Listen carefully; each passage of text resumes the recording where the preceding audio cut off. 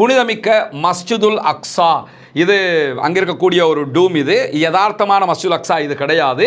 மஸ்ஜிதுல் அக்ஸா கருப்பு கலரில் இருக்கக்கூடிய பில்டிங் இருக்குமா இல்லையா, அது அந்த மஸ்ஜிதுல் அக்ஸா. இதெல்லாம் மஸ்ஜிதுல் அக்ஸாவினுடைய வளாகத்தை சேர்ந்த டூம்களாக இருக்கிறது. மஸ்ஜிதுல் அக்ஸாவுக்குள்ள தொழுகை நடத்துவதற்கு கிட்டத்தட்ட 31 நாட்களாக இஸ்ரேல் தடை விதித்திருக்கிறது. பெருநாள் தொழுகை கூட மஸ்ஜிதுல் அக்ஸாவுக்குள்ள நடத்த முடியலை. 31 நாட்களாக இஸ்லாமியர்களுடைய 3வது புனித தலம் மூடப்பட்டிருக்கிறது. யாராவது இதை பற்றி பேசி பார்க்குறீங்களா? அல்லது எந்த அரபு நாடாவது கண்டித்து பார்க்குறீங்களா? எந்த அரபு நாட்டுக்காவது கண்டிக்கிற திராணி இருக்குதுங்கிறதாவது நம்ம ஒத்துக்கொள்ள முடிகிறதா? எதையுமே பார்க்க மாட்டாங்க. இப்போ எல்லாம் அவங்களுடைய எண்ணமே என்னன்னு கேட்டால், நம்ம எப்படி பாதுகாத்துக்கிறது, அமெரிக்காக்காரன் நம்பி நின்று மாட்டிக்கிட்டோம் அந்த இடத்துல நிற்கிறாங்களே தவிர 31 நாட்களாக இன்றைக்கு மஸ்ஜிதுல் அக்ஸா மூடப்பட்டிருக்கிறது. அதற்கான தொழுகை நடத்துவதற்கான அனுமதி கொடுக்கப்படவில்லை.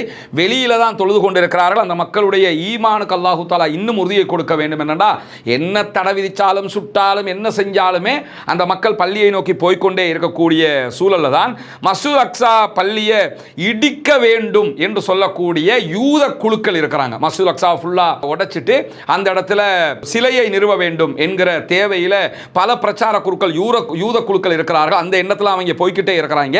அந்த மாதிரியான குழு என்ன பண்ணுதுன்னு கேட்டால், பாஸ்கா என்கிற அவர்களுடைய பண்டிகையை நடத்த வேண்டும் அந்த பகுதிகளில் என்று கோரிக்கை விடுத்திருப்பது மட்டுமல்லாமல், பாஸ்காவில் அவங்க பலி சடங்குகளை செய்வாங்க அவங்க மத அடிப்படையில். அந்த பலி சடங்குகளையும் மூடப்பட்டிருக்கக்கூடிய மஸ்ஜிதுல் அக்ஸாவுக்கு உள்ள செய்யணும் அப்படிங்கிறதுல உறுதியாக இருக்கிறாங்க. ஏப்ரல் மாதம் 2 தொடக்கம் 9 வரைக்கும் உண்டான 8 நாட்கள் விடுமுறை நாட்கள்.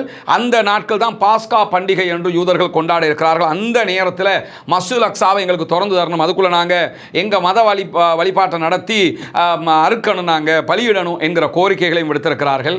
இவ்வளவு அநியாயத்துக்கு மேலே அநியாயம். முஸ்லீம்களுடைய புனித தலம் கைப்பற்றப்பட்டு இவ்வளோ அநியாயம் பண்ணப்படுகிறது. எல்லாருமே பார்த்துக்கிட்டு தான் இருக்கிறாங்கிறது தான் மிக கவலையான ஒரு விஷயம். அல்லாஹ்வினுடைய புனிதமிக்க 3வது பள்ளிவாயல், அதற்காக அல்லாஹ்விடத்தில் பிரார்த்தனை செய்யுங்கள். அல்லாஹ்வுடைய ஆலயத்தை அல்லாஹு தஆலா பாதுகாக்க வேண்டும் என்கிற உயரிய பிரார்த்தனைகளோடு, இன்றைய நாள் அமெரிக்காவினுடைய சென்ட்காமினுடைய பொறுப்பாளராக இருக்கிற, அதே நேரத்தில் பென்டகனுடைய மிக முக்கிய பொறுப்பாளராக இருக்கக்கூடிய ஹெக்ஸத் ஒரு பத்திரிகையாளர் மாநாட்டை நடத்தி இருக்கிறார். அமெரிக்காவினுடைய இந்த வார் தொடர்பான செய்திகளை சொல்லியிருக்கிறாரு. அதில் அவர் பேசும்போது என்ன சொல்றாருன்னு கேட்டால், ஈரானோட நாங்கள் பேச்சுவார்த்தை நடத்திக்கிட்டே இருக்கிறோம், அதே நேரத்தில் ஈரானுடைய பதட்டத்தை அதிகரிக்கும் விதமாக நாங்கள் இராணுவத்தையும் அங்கே களமிறக்கிக்கிட்டே இருக்கிறோம். இவ்வளவு நாளாக ஈரான் சொன்னதை அவரும் சொல்லியிருக்கிறார். பேச்சுவார்த்தைன்னாங்க ஈரான், ஆனால் பேச்சுவார்த்தைன்னு சொல்லிக்கிட்டே இராணுவத்தை குவிச்சுக்கிட்டு இருக்கிறாங்க. மெரைன் படைப்பிரிவுகளை கொண்டு வந்து மத்திய கிழக்கில் நிலைநிறுத்தி இருக்கிறாங்கிறதெல்லாம் தெரியும்.